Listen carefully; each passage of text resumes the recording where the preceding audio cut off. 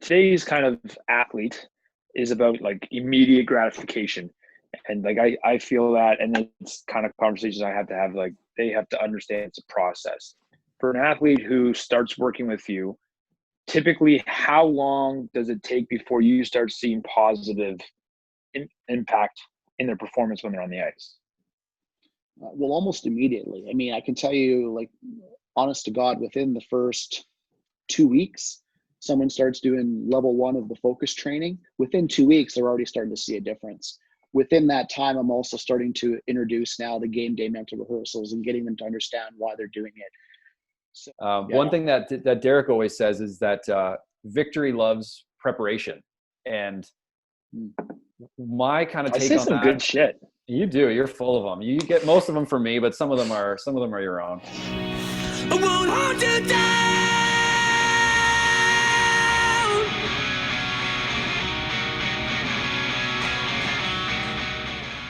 We're like, hey, it happened. And what did we talk about afterwards? It happened, let it go. But how can we make sure this doesn't happen again? Yeah. Like maybe stay in your fucking net. No, it was the right play. I just bounced. Well, that's the reason, right? Like that would be the answer. If it's game 7 of a final, would you have gone and done that?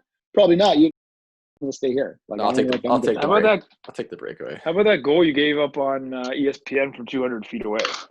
No, they fixed that one. Camera angle doesn't really show it right, so I don't know what happened. I got a couple camera angles of that one. They're just they're ready to go. There's 2 camera angles, and none of them show the puck going in the net. They just show me. The best part about that goal was it was your dad that sent me the video, and he's like, "My kid sucks." We have to have my dad. We have to have my dad on the podcast because he might be the most brutally honest hockey dad in the world. Because although he believed in me, he also did not believe in me at all. So we got to get him on the pod. That sounds a lot like my dad. There was more conversations with Robin. How come this comes out now and not when we were working together? Well, see, I didn't know these things till after. I didn't know these things because he would tell Derek, and then my dad was always like, "You're doing great, just keep battling." And then behind my back, he's like, "This guy's garbage." Yeah. You know what, Derek? I just don't see what they see. I just don't think he's very good. This is like after I signed an NHL contract. So I'm pleased to welcome our guests for this podcast, Bob Broten. So Bob is my mental coach. He used to be based out of Winnipeg. He's now in Calgary. In Calgary, in Calgary. He is the creator and owner of Align Your Mind, and someone who's helped me a lot. And you know, before we get to Bob, I just want to say that there's a stigma around athletes and that you need to always be mentally tough. And this is something that I always thought I had, but it wasn't until I started to work with Bob that I realized, okay, like I was tough mentally and I went through a lot of things, but I also reached a point where I needed help. And fortunately for me and my career, that Bob came into the picture when I needed help, and he really helped me kind of control my emotions, control everything, my feelings and thoughts, and was able to help me continue to play because there was a time, really, even in my second year of pro, where I didn't want to play. And working with Bob really helped me kind of find some of the joys in hockey again and really, align, which is part of his, slogan and his title, Align Your Mind, align my mind into what I wanted to achieve out of hockey. So I'm really pleased to have Bob on the podcast and really to hear all about what he does and who he is. So Bob, thanks for being on. Yeah, thanks for asking me to join you guys. It's great. And thanks for sharing your story, Jamie. It's hard for guys like you to be vulnerable, right? It's hard to admit when there's something wrong. So I'm glad that we met, and I've loved the last 3 years working with you. And it's great. So thanks for having me on. So tell us basically a little bit of your background and really what sparked your interest into doing what you do and working with athletes and trying to get their mind and body performing at maximum capacity. Well, it's quite a long story, but I'll sort of I'll abbreviate it a little bit. I'm trained in neuro-linguistic programming. So it's NLP basically is the language of the mind. It's how our conscious mind how our conscious mind speaks with our unconscious mind. neurologically. So it's really about our thoughts and emotions. It's how our unconscious minds are programmed. Programmed when we're small. There's a lot of baggage that we carry from our traumas. So my training is based around the language of our mind. It really is all about aligning your consciousness, your thoughts, your wants, your desires, your dreams, your actions, with your unconscious mind, where all of our behaviors lie, where all of our talent exists. I'm going to create a business and help guys just like you, Jamie, right? Like, because I know I'm an older guy. I've been around, and I know that we are not going to be at our best if we are confused on the inside, if we are hurting on the inside, if we do not know how to manage our mind. And I'm not just talking about everyday mind management. I'm talking about at an elite level. No matter what you do, whether you're a doctor, whether you're a sales director, whether you're a goaltender in the NHL, it doesn't matter what you do. You really know how to control your mind and your emotions when it matters the most. And, I always teach my athletes right away focus training, which is really to find the present moment, so they can start learning what it feels like to respond with intention rather than react.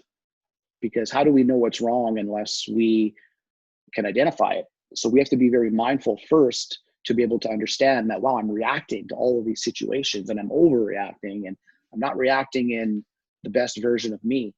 So, all of this tied in, I realize that there's such an importance to athletes and young athletes, especially now that I'm in this business. I see a lot of young athletes that are coming up that've got, great physiques, great talent. They're muscular, they're beasts of athletes, but their mind is still 17. Their mind is still 21.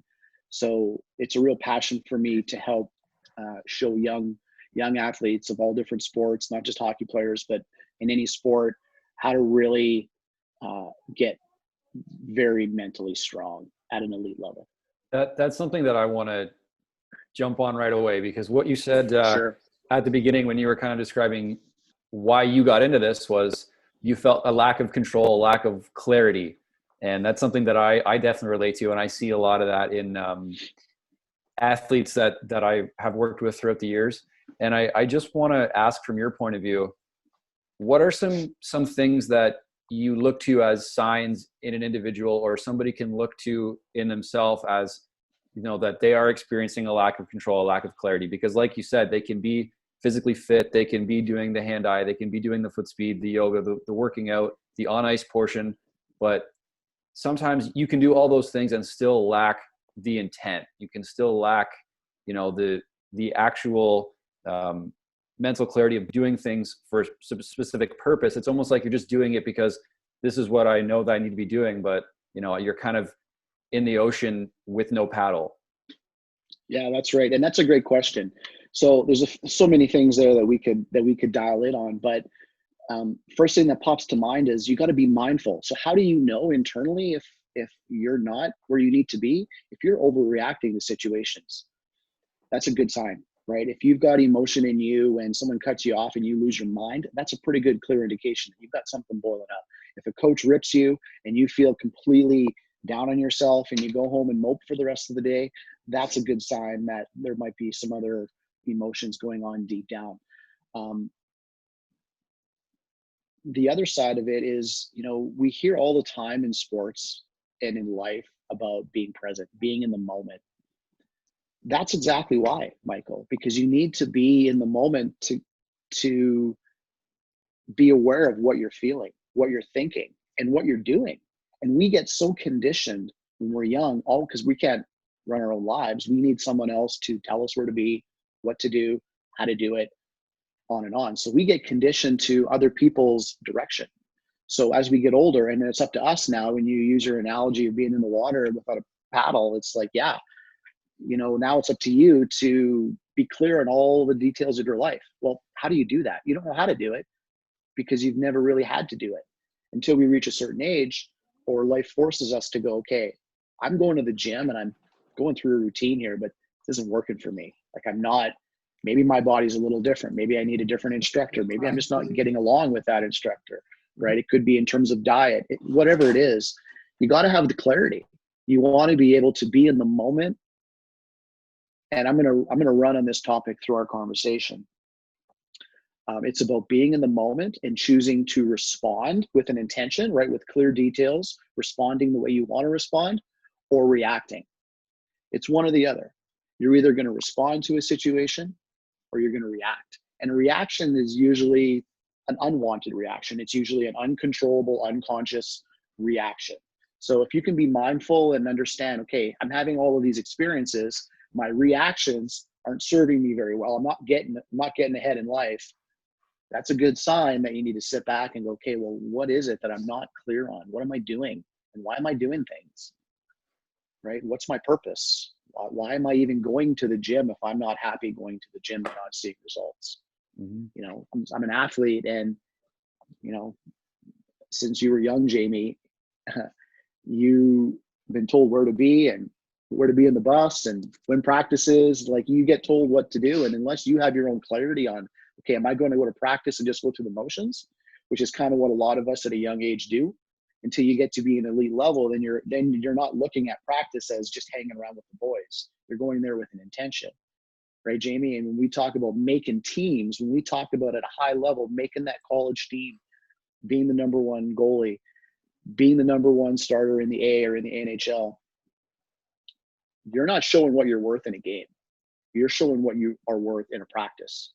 So you got to show up at practice in game mode so you can prove to your coaches that, yeah, you're dialed in, you're ready to go, you're clear, you're focused. That's what they want to see, right? So it's all about intention. It's all about clarity. Are you going to respond with intention, or are you reacting? And that's how we start to figure it all out. So when you get an athlete reaches out to you and says, hey, Bob, I need some help, what are like the most common things? Let's say older athletes. So let's say guys that are playing junior to college to pro.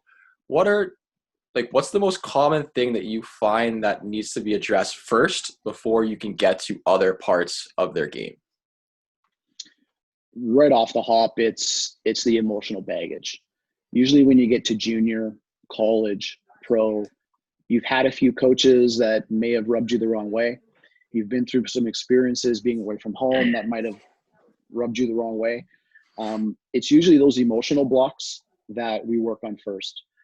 And I know from experience and from doing this on my own too, that it's hard to be focused every day with good daily habits if you're just completely being inundated with reactions, right? Emotions from the past, traumas from the past, the lack of confidence. And a lot of times, like, so to clarify your answer a little bit, usually it's a college player saying, I don't have the confidence. I don't have the confidence to shoot the puck as much as I'm told to shoot the puck. I practice all the time and I'm shooting pucks and I'm scoring goals. And, you know, when it comes to game time, I'm just seizing up. And that's a fear. And that fear, if we go back, sometimes it's from a coach that he had in the USHL that told him he wasn't any good and he shouldn't even be here and kicked him off the team. That experience just completely crushed that kid's confidence. So that trauma, that emotional trauma, is still left with them. The residue of that emotion is still there. And that's how our brain works. It's going to be there to protect us from those future things from happening. But in the case of our lives now, and in sports and in, we have to let go of all of that stuff. We have to let go of our past. We have to be in the moment and be good now and not let the residue experiences and the emotions take us over. So the first thing I do is ask, what's wrong? How you feeling? What's that feeling? Describe it to me. Where's it coming from? When was the first time you felt that? Or when was the last time you felt that fear, that anxiety, that sadness, whatever it might be? And we start dealing with all the emotional baggage right away. And it's when you're explaining it, someone might be listening to our listeners out there. You might think, well, I don't think I have any baggage. Yeah, I thought that too. And I start to work with you, and you're very good you're very good at getting to the root of the issue, because like, I don't know. And so our work together is a whole other podcast episode that we can have, especially just the two of us. Might be a good content, but Can I tie this in for a second, Jamie? Yeah. Sorry to cut you off there, but I think I know what you're getting at. And athletes don't even know that they have these emotions. You're absolutely right. But to go back to the question at the start, how do you know? Well, you got to be mindful. You got to know if you're showing up at practice, feeling it or not. You got to be aware. You got to know when the coach says something, are you really listening? Are you attentive? Do you trust that guy? Or are you just, I fucking hate that guy, right? Like, what are you saying in your head? What are you feeling? You got to be mindful. What your body is telling you are the answers. So to your point, Jamie, I think that was the question you were going to ask. Yeah, well, yeah, I was just going to say, like, for me, the game, when I turned pro and I was now playing for money and a job, the game changed, but I didn't realize that subconsciously for me that I had some roadblocks, as we called them, around myself and money. And that was instilled growing up, and I didn't know these things. And so when I approach the game, now I have this internal stressor where I'm like, I don't want to mess up because I don't want to stop getting paid. I like my job. I want to keep it going. But then that was in my own head. And I didn't know that until we started to work together. And then so for me, like, that was a big roadblock we had to overcome before we could get to other things, which I find through a lot of hockey specific sports psychs that I've seen and books. It's no one really talks about that. It's like, okay, let's stand up straight, feel confident, say confident things, do this, do that, set your ABCs of things you're good at. Instead, we can do all those things, but they don't work as well if you have an anchor kind of dragging along the bottom of the sea and kind of holding your performance back. So I think like it sounds, so for people listening, going back, like you might not know it, but that's why it's great to work with someone like Bob, whose job it is to ask you questions and get you going and get you talking. Because when we started doing it in your apartment, all of a sudden I was saying things and you're like, stop, let's go back. And then I realized that, okay, like there's something there. And then we work on it. And what I get, and it's crazy, is it does start to go away. And then you can start to focus on the next part and the next part. And you gradually walk those steps up to where you need to be. Yeah, that's well said. And look how long it took for us to find, for that thing of money to come up. It took months into our coaching before that story popped up. And I was like, hey, let's dial in on that. How do you make, because you're not always telling me after a game when you're feeling it, where it's coming from. You're talking about the details, and I'm trying to see past the details to go, okay, what are you really feeling here? Is it a lack of self-confidence? Is it where's the fear leading? Right. So that's why I ask you those questions, and you're absolutely right. And I like your analogy, dragging your anchor on the bottom. That's exactly what it feels like. And I said it earlier, once you can get rid of your emotional baggage, then it is so much easier to focus on the now and be good and be ready and having good habits, because you're not being held back. I wanted to jump in on what Jamie had said. Our brains are kind of default negative in order to protect ourselves, I would say. I look for myself at when I have a landscaping job coming up, I am constantly looking at all of the things that potentially could go wrong and why they could go wrong, how they could go wrong, and what I could do about them. And I remember back to my playing days, if I had a big game, I would often do that with, I know that this type of goal is something that, I give up quite often. I'm not the best with traffic. So if I get in this situation, I could be letting goals in, and this could be the reason that, we lose the game. And just your brain starts to run away with negative thoughts. And having negative thoughts is not always, I don't think it's always a bad thing, because that it does in some degree prepare you for certain negative situations, and we all experience negative things. So if you have an athlete that is constantly kind of thinking negative and going too far on the negative side, how do you break the cycle and kind of get them to see, the positive side and the detriment of going default negative all the time? Yeah. And I like your words, default negative, because that's kind of what it is. It is the fight or flight fear response. When so to start off, we talk about, that self-talk. What emotion is that? That's the first thing I'm going to ask. So what is your self-talk? You're going to tell me what that is. You're going to feel an emotion. I want you to feel that emotion, because I want to ask you what it is, and you need to feel it, right? And to your point, Michael, it's about contrast. How do you know what's wrong unless you know what's wrong? right? Unless you know that this is not serving you, how do you know to fix it? So what's that emotion? Is that a root? Is that something rooted in your past that we need to fix? If it is, we'll work on it. Then sometimes that self-talk becomes easier. But then right away, within the same sentence, without even me taking a breath, I'll also say, you're pushing yourself to be negative, starting with all of that self-talk. Got to get rid of that right away. Now that's been conditioned because of your experiences, but that's where you got to go, okay, this isn't going to serve me. That's not how I need to control my mind. You know, if you let your mind control you, all of that stuff is going to happen. But when you learn how your mind works a little bit and you realize the importance of your self-talk, we've all heard that, but when you really, really, truly get that your words create an emotion, whether you're saying it in your head or whether you're saying it out loud, whether you hear it, it creates an emotion. So your self-talk is automatically creating that negativity. And when our body is feeling an emotion, it generates thoughts equal to that emotion. You've heard that many times before too. Hey, Jamie? Oh, right? yeah. So if you're feeling shitty, you're going to think that way. If you're feeling angry, you're going to think that way. So if you are doing it in the moment and you want to change it, you know, we talk about responding. And this is a good lead in because you want to respond. Well, if you're in the moment and you don't want to react and you want to respond, how do you respond with intention in the moment when you don't know what's happening? We need to front load that. We need to prepare and program our unconscious mind. For you, Michael, let's just use your example. If you're in goal and you have a game coming up and you're thinking, okay, if there's loose pucks in front of the net, like I don't feel good about that. Well, stop it right there. Replay that. If that happens or when that happens in your next game, what are you going to say to yourself? How are you going to start changing the narrative, right? What are you going to look at? We talk about details and clarity, right? So are you not in position? How come you can't cover the puck? What's up? Are you communicating with your defense partners? Are they taking their guys? How could you do your job the best? Communication, good technical skills, good positioning, all of that with good self-talk to make sure that you're not going to let in those greasy goals, right? So it all starts there. It's about really programming the future and seeing it the way you want it to play out. You want to feel that moment. You want to hear yourself with your own self-talk in that moment. Mm-hmm. That really programs and starts to front load your unconscious mind.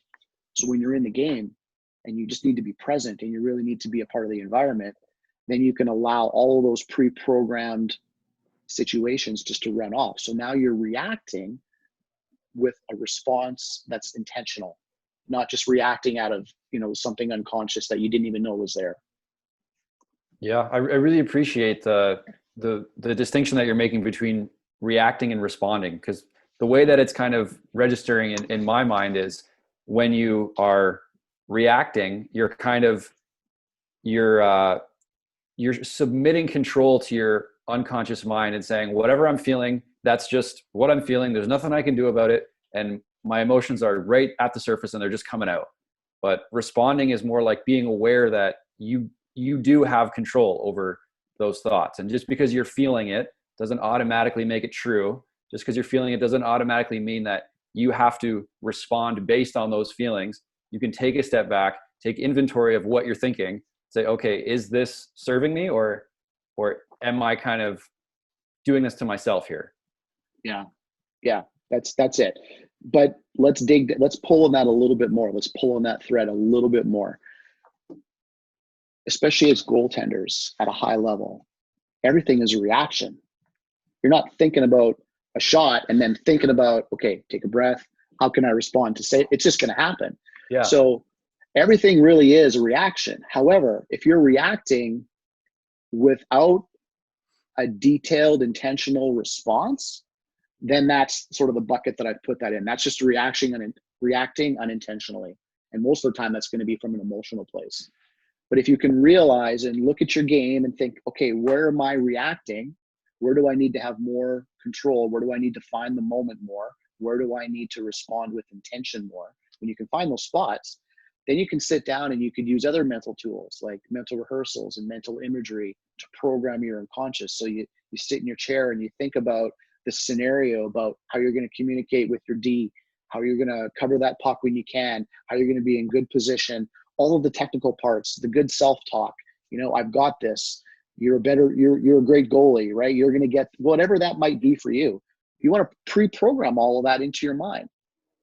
the thing is that when we can see and feel and hear a very vivid picture in our mind, we're actually tricking our unconscious mind to believe that we're having that experience, even though we might be sitting in a chair. We might not be having that experience. So if you can front load the perfect version of you with self-talk and emotion over and over and over again, do the mental reps. Now, all of a sudden, when you're in the moment in that game and all that stuff is happening at a very fast level, now you're going to react with an intentional response, right, Jamie? We did that a lot. What are you going to say to yourself after you let in a goal? What are you going to say to yourself when your team lets you down and, backdoor goal in the first 45 seconds of the game, and then a minute later you're down 2-rip? Like, that stuff happens. So what are you going to say to yourself? Are you just going to be mad at your team because they didn't take their guys and they weren't ready?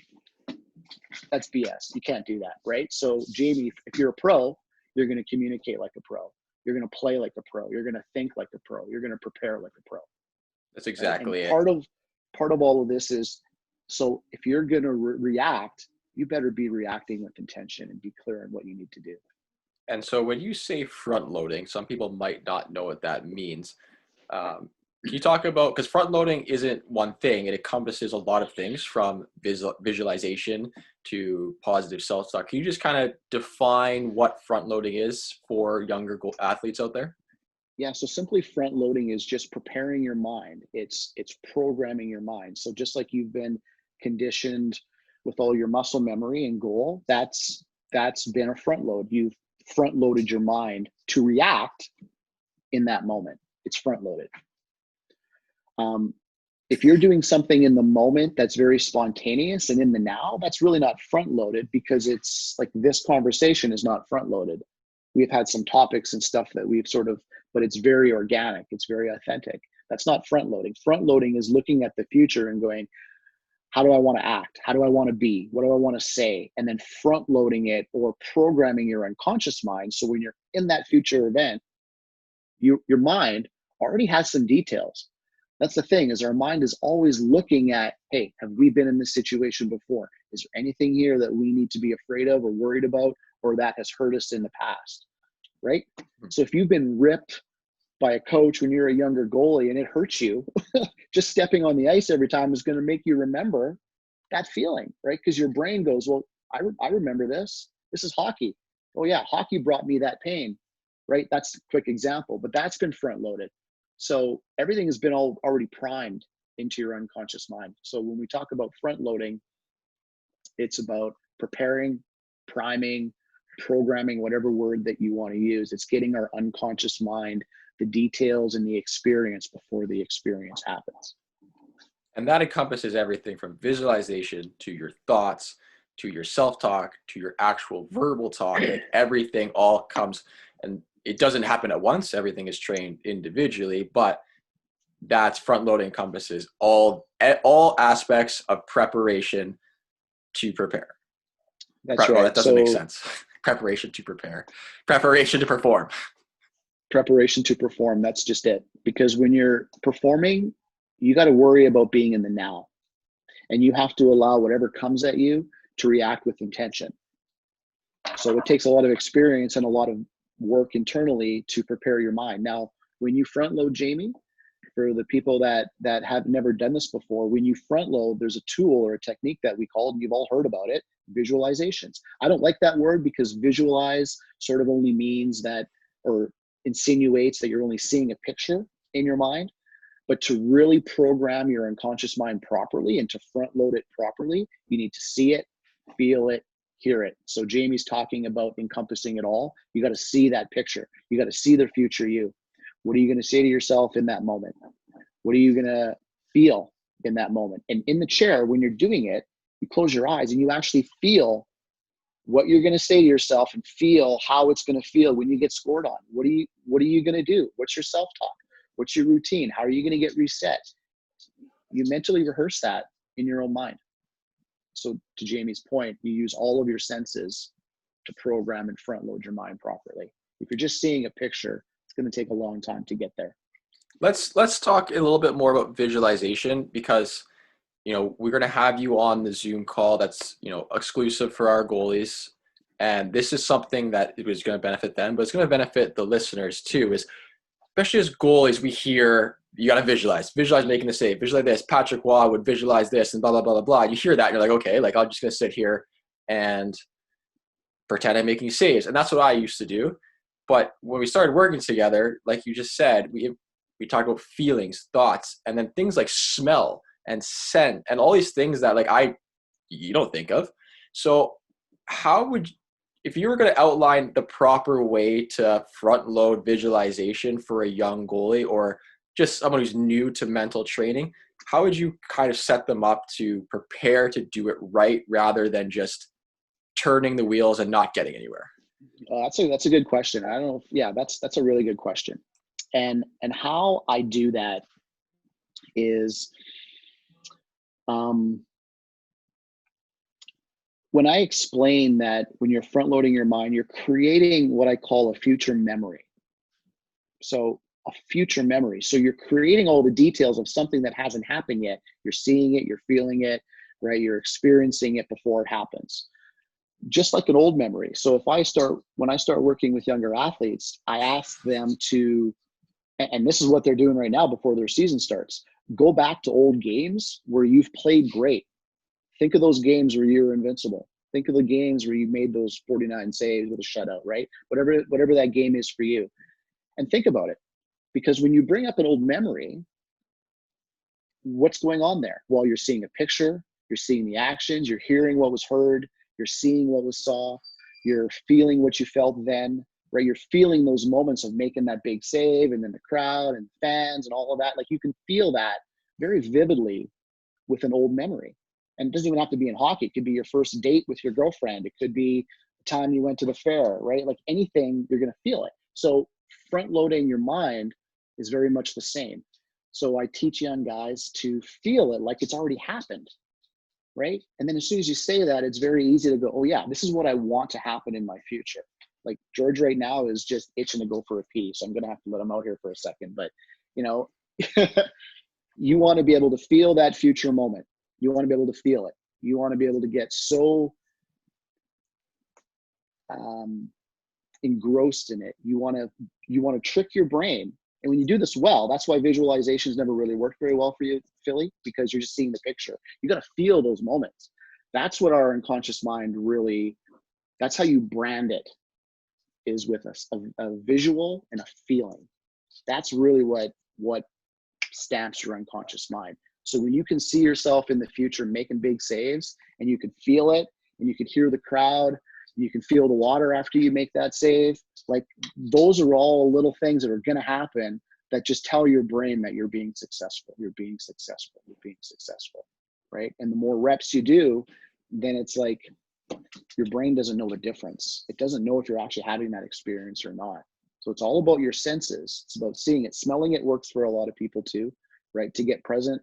I think I've told you as well, Philly, when you're in net, like even just feeling your body inside of your equipment and wiggling it around a little bit, even wiggling your toes and your skates, gives you a sense of like you're the center of the universe when you're in net and you got the bowl in front of you.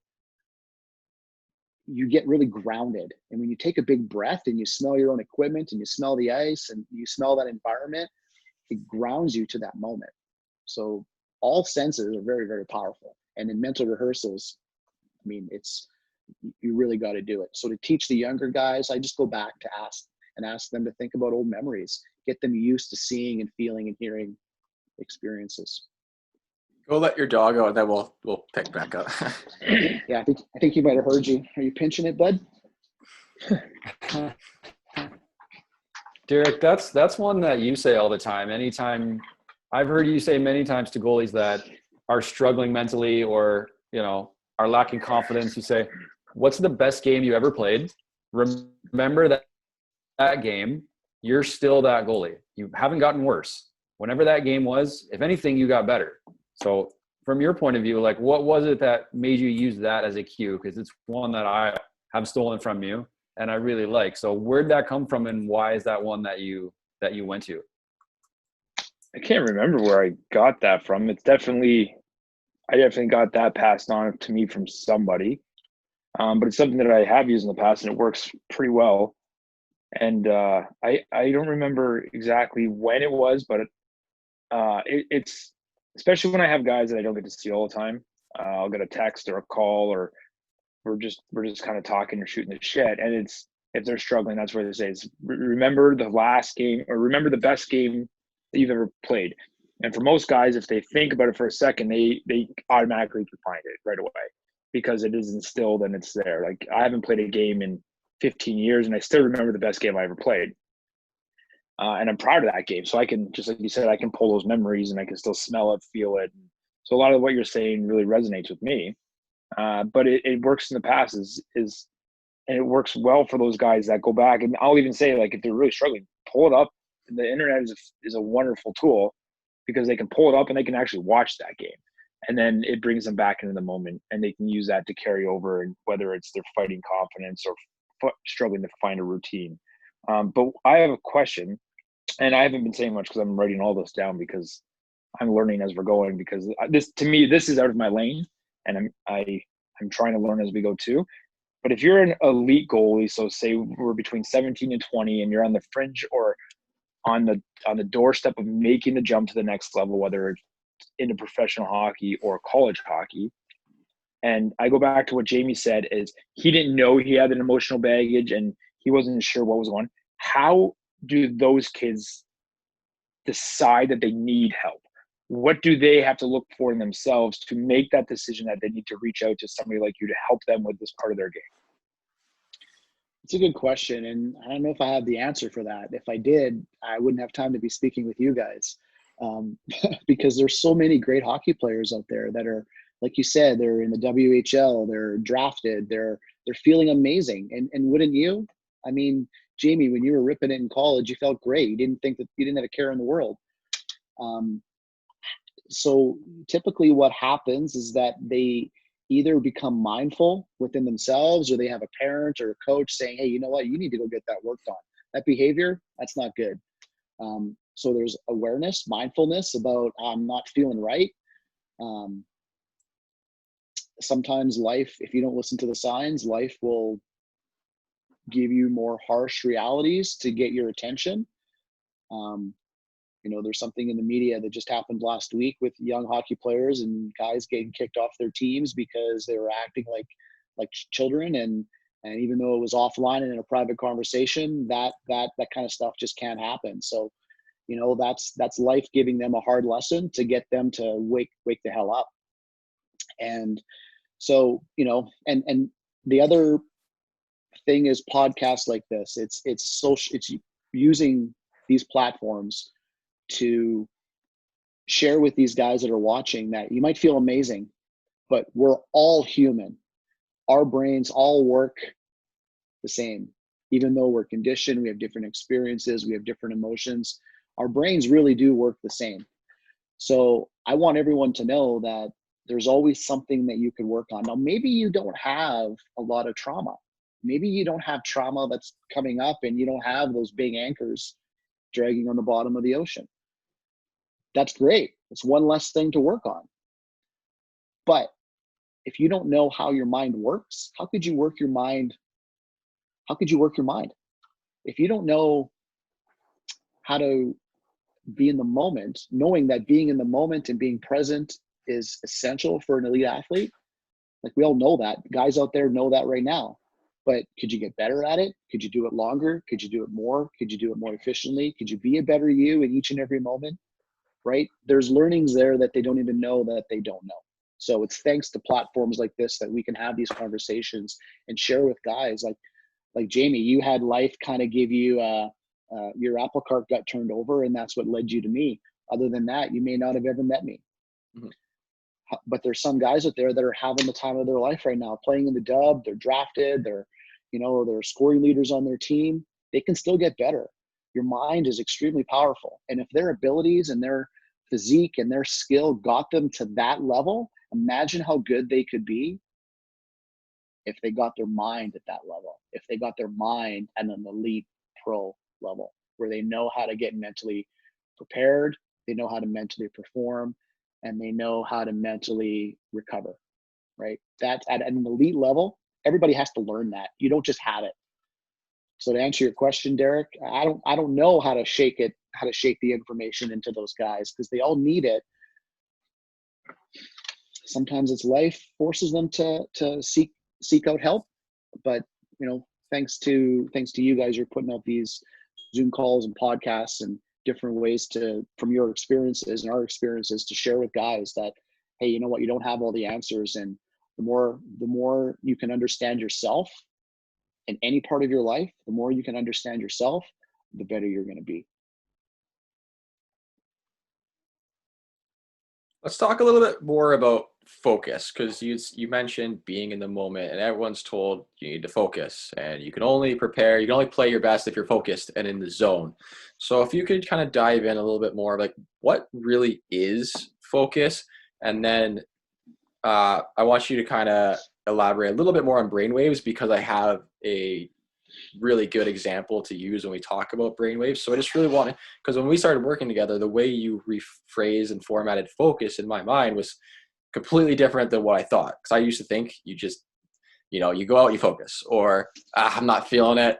It's just not one of those days. Let's just get through the game, try to let more than 4 in, and we'll chalk it up to tomorrow. So let's talk more about focus and how do people really focus and stay in the moment? Well, I mean, for me, my definition of focus is the ability to put your attention on one thing for as long as you need to. That might be studying. I'm a musician. I used to play a lot on stage. For me, focus was getting up on stage, knowing every chord, knowing every word, knowing all my keys, all my cues, and really just falling into being that guy that everyone's watching. But as soon as I took my attention off of that and looked at the people looking at me, is when I'd make a mistake, or I'd say something, or I'd come in a little late. So to me, focus is about capturing the moment and putting your attention on that one thing that you're focused upon. Now, in terms of brainwaves, for me, when I learned brainwaves in school, it was like a game changer for me, because I thought, wow, this affects everything in our life, everything. Performance, preparation, recovery, front loading. It's all about brainwaves if you know what brainwaves are and how they work. And it's so simple because there's only 5, right? So there's all these different levels that your brain is going to float in. So if you're stressed out, if you're overthinking, if you're anxious, your brain is going to be vibrating in beta. So it's going to, the waves are really going to be sort of like that. When you're an athlete or a musician or a performer, or you want to be at your best and allow everything that you front loaded to come out naturally, then your mind needs to be in alpha. Alpha is a little bit more calm. So those waves would kind of look like this. When you mentally rehearse, or when you're hypnotized, or when you're meditating, your brain waves are a little slower. Okay, so that would be a theta wave. When you're sleeping, it's in delta. So then those waves are really slow. So if we understand the different cycles of waves, we realize that, okay, if I'm overthinking and my mind is learning and I'm using that neocortex part of my brain, which is really your thinking brain, then your mind is going to be in beta. So Jamie, when we talked about just understanding those different levels, you could feel when you overthink, right? Everybody can feel when they're overthinking things, they feel a little anxious. That's a good sign that, oh, my mind is in beta. Okay, but I've got to go out and play a hockey game.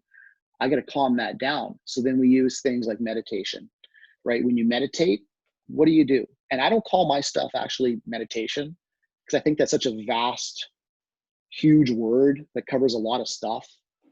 I like focus training because I teach my athletes how to focus on their breath, let go of everything else. So Michael, going back to self-talk, going back to the things that you say to yourself when you're in the moment that you need to be mindful of, it takes a long time before you can just go, okay, here it is, and then front load it. When you're overthinking, your mind is in beta, your self-talk is all over the place. You're not really focused on one thing. So the focus training that I teach is focus on your breath and practice and prime your mind and get your mind comfortable with not engaging in that thought. It's like you just let it pass, right? Focus on your breath.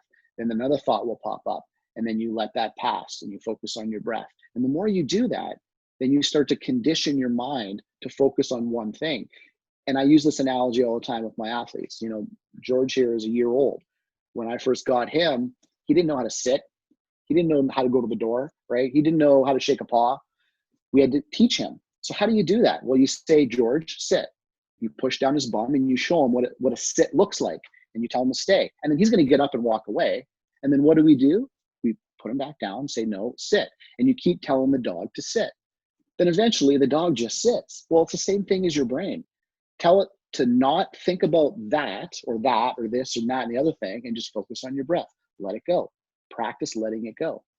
And the more you can do that, and when you do that, first of all, your brain waves lower, right? So that's how you lower your brain waves. So in terms of recovering, I know I'm jumping back and forth here, but when we recover at night, right, Jamie, after a game, you're on a bus, you're buzzing, you're wired, you got a lot going on, even though your body is tired, there's a lot going on mentally. Well, we know that you're not going to get a good sleep if your mind is in beta. Your mind has to cycle down to the theta delta to get a real good brain sleep and a real good rest, mental rest. So by lowering our brain waves through a meditation or a focus training, because when we do a focus training, we force that conscious part, all the part that wants to think, we shut all of that down and just focus on our breath. That forces our brain waves down. So you and I have had this conversation on when you're driving home on the bus and you're sleeping, right? Put on the meditation, lower your brain waves. So when you walk into your apartment at 2:00 in the morning, you can just pass right out rather than crash, right? You don't want to crash. Crashing is your body's crashing, your head can't take anymore, you're passed out, but your mind is still like the RPMs are still running. You want to be able to lower those brain waves and get them down to that meditation level, that place where you feel nice and calm and relaxed. So when you do jump into bed, your brain doesn't have too far to go before it starts to get that real good sleep. So when you understand brain waves and you understand some focus, we went all over the place here, but that's how it relates to focus, the brain waves. And that's how I teach. Focus, and that's what focus means to me.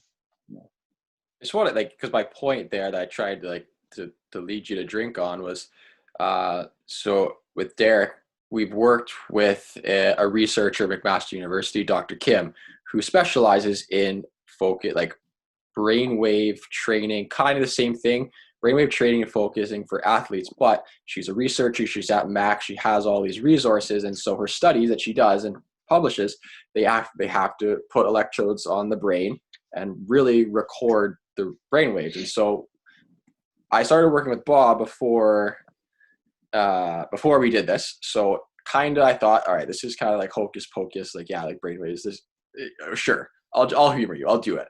But when we started to work with Dr. Kim, she didn't describe it the way you did. She didn't really talk about brainwaves. She would just hook me up to the electrodes and said, focus on this thing. And it was incredibly easy to do. And the numbers that I was putting up were significantly higher than someone who was supposed to be a beginner. And she thought I was a beginner because I'd never done this before. But the things that you had taught, they actually create real tangible numbers that can be calculated on a computer, and they work. So that's why when we worked with Dr. Kim, a lot of my numbers kind of were through the roof on a lot of things, and they continue to grow as we train that more. So it really was an eye opener that I was like, okay, we're taking a mental coach, you said all these things, and now we're putting them to an actual scientific, like a researcher is doing this, collecting data, and it's proving that I was like, okay, this stuff has to actually work. And for me, that was as a numbers guy and someone who's kind of like a scientist with, that's how I've always been a nerd like that, to see and actually have tangible data was like, okay, like he's not just some kooky guy that sometimes that sports psychs or brain coaches, mental coaches always get a bad rep for that. It's just real. This is real numbers. And so that's why I wanted to talk about that. And so like the brain waves and the focus training it's a real thing. And if you have the tools to measure it, you can measure it. Yeah.